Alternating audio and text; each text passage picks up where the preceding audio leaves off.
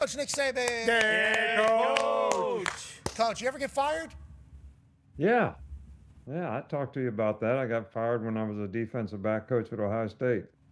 Oh, I forgot about that. Thanks a lot, Yeah. AJ. I forgot about that. Thanks a lot, Hoggle. Thanks for being his inspiration to kill everybody all the time, AJ. Yeah. You're the Michael Jordan got Probably. cut from his basketball team Yeah. story. Thanks, Ohio State.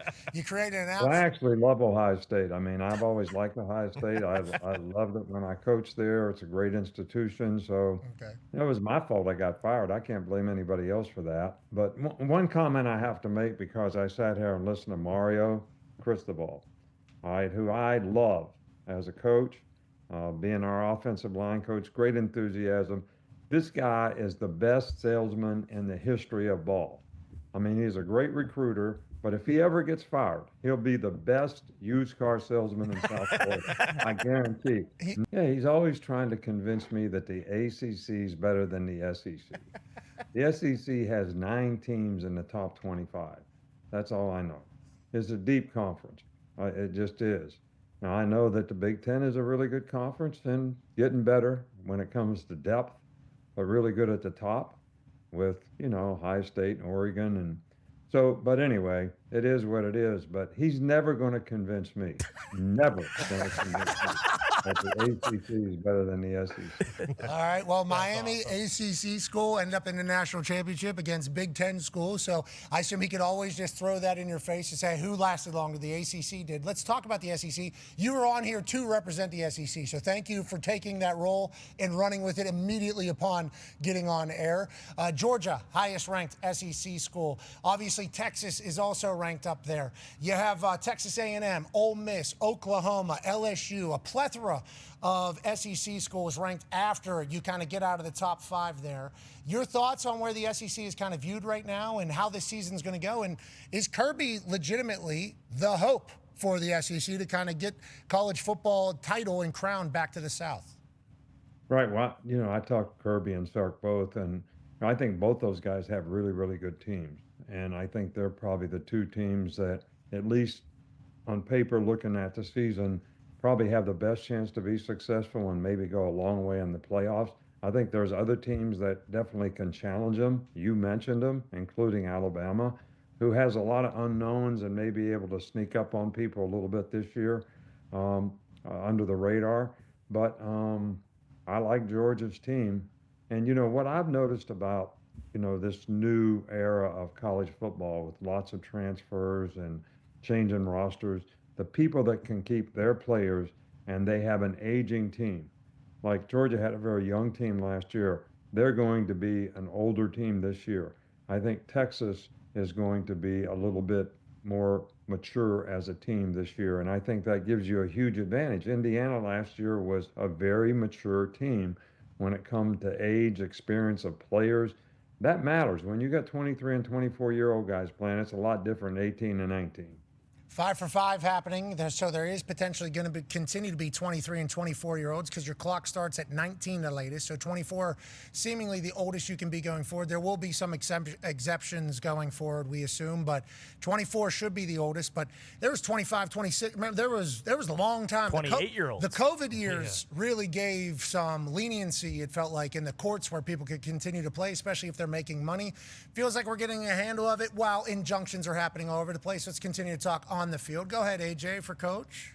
Yeah, Coach, what are your expectations? We had Matt Campbell, head coach of Penn State, on. He's stepping into that role. What are your expectations for them? People think their schedule might be like somewhat favorsome for them, avoiding some of the bigger teams in the Big Ten. But what do you expect from him this year?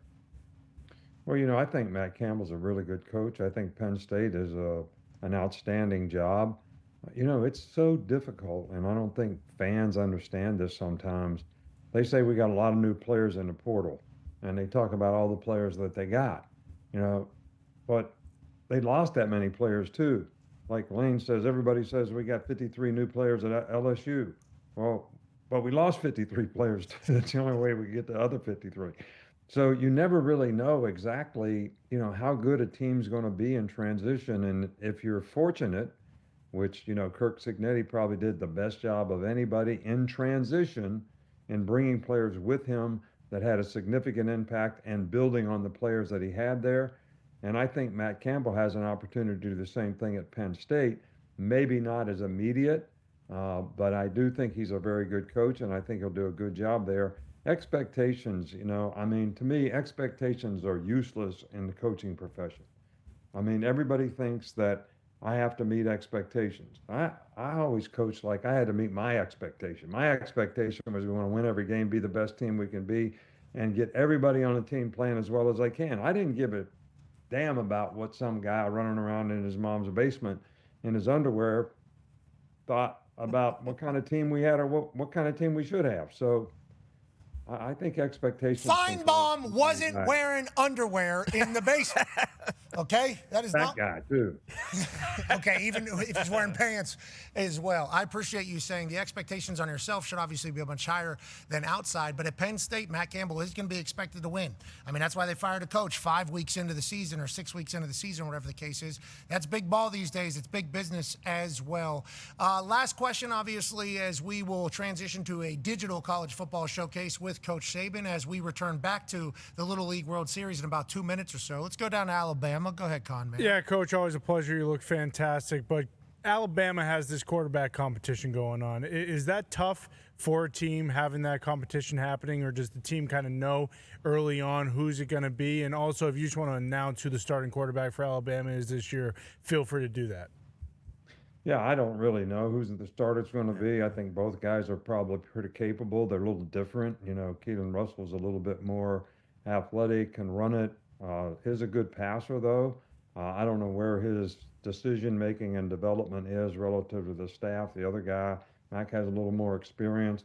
So I don't know exactly where they're at with that. I think it's going to be imperative, though, that the offensive line play better so that the quarterback, whoever it is, has an opportunity to play better because, I thought Ty Simpson was under a hell of a lot of pressure the second half of the season all the time.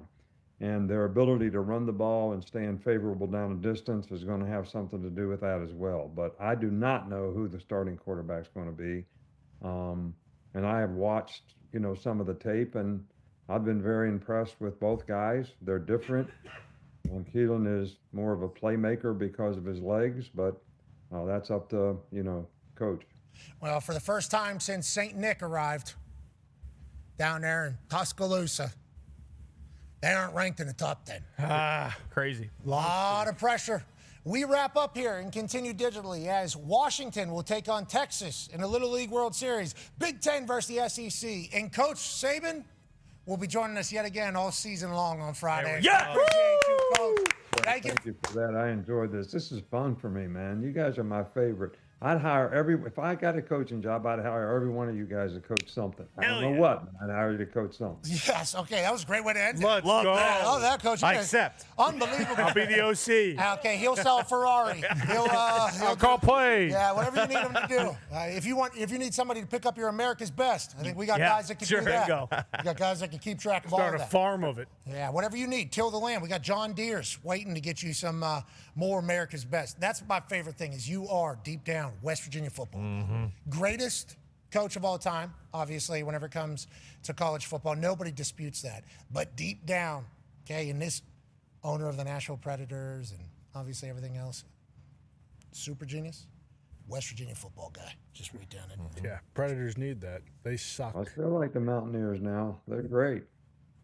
Come on, you. Home, baby. Yeah, you need to be a little bit more fucking positive on air, okay, on game day about the West Virginia Mountaineers, okay? We need that out of you. West Virginia needs that out of you.